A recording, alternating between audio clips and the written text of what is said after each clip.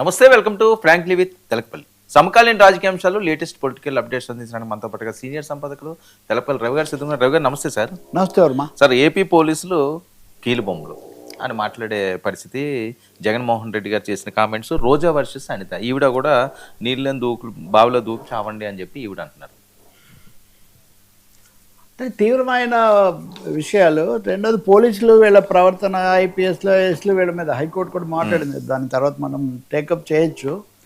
జగన్మోహన్ రెడ్డి ఒక ట్వీట్ పెట్టాడు, ఆంధ్రప్రదేశ్లో అరాచకం రాజ్యం వెళ్తుంది, ఎక్కడ కూడా చూసినా కానీ అంటే కక్ష సాధింపు చేస్తున్నారు అనేది కదా రోజా ఈయన అన్నా కానీ.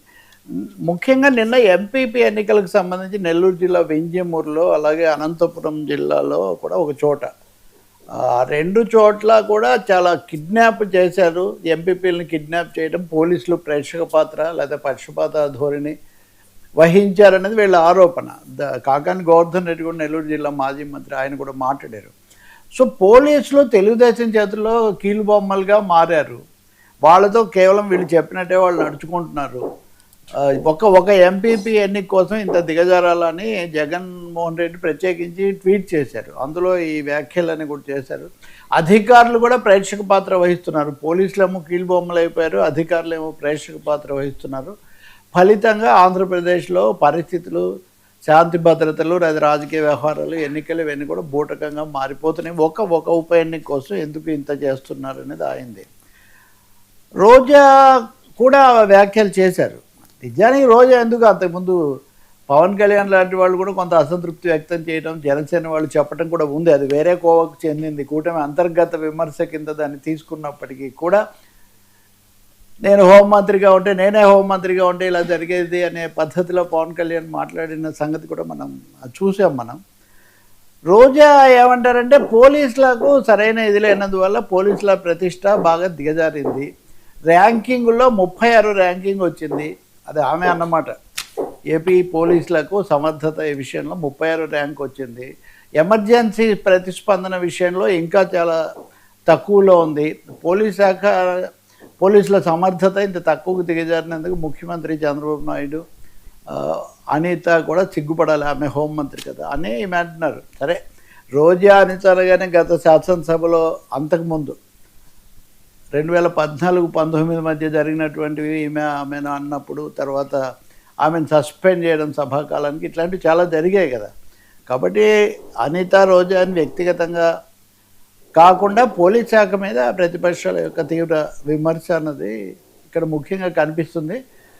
ఖచ్చితంగా ఈ విషయంలో మొన్న కలెక్టర్ల సమావేశంలో కూడా అసంతృప్తి అది వ్యక్తమైంది. ఇంకా అనేక చోట్ల అనేక ఘటనలు కూడా మహిళల మీద జరిగేవి, ఇట్లాంటివన్నీ ఉన్నాయి.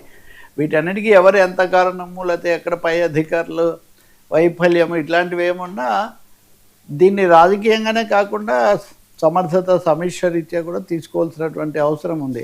ఉదాహరణకు మొన్న కొంతమంది వైసీపీ వాళ్ళని అరెస్ట్ చేసిన వాళ్ళను నడిపించుకుపోయారు. ఇది సుప్రీంకోర్టు ఉత్తర్వులకు వ్యతిరేకం, ఆదేశాలకు వ్యతిరేకం అని వీళ్ళు అంటే, మాకు వాహనం లేనందువల్ల నడిపించుకుని పోయాము అని హరీష్ గుప్తా డీజీపీ గారు సమాధానం చెప్పారు.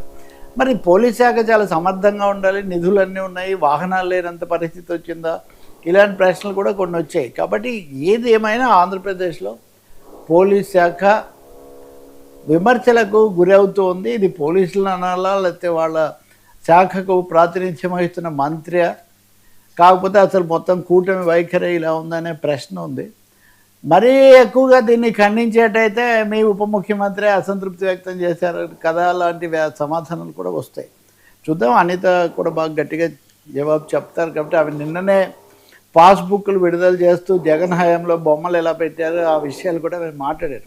ఉత్తరాంధ్రలోనే చాలా సమస్యలు. ఇప్పుడు ఉదాహరణకు నెల్లూరులో గంజాయి మూకలు పెంచలయ్యని హత్య చేశారు. డివైఎఫ్ఐ కార్యకర్త అతను.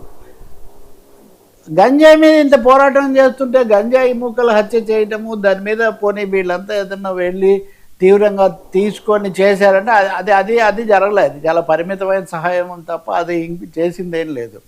విశాఖపట్నంలో కూడా గంజాయి మూకలు రెచ్చిపోతున్నాయి.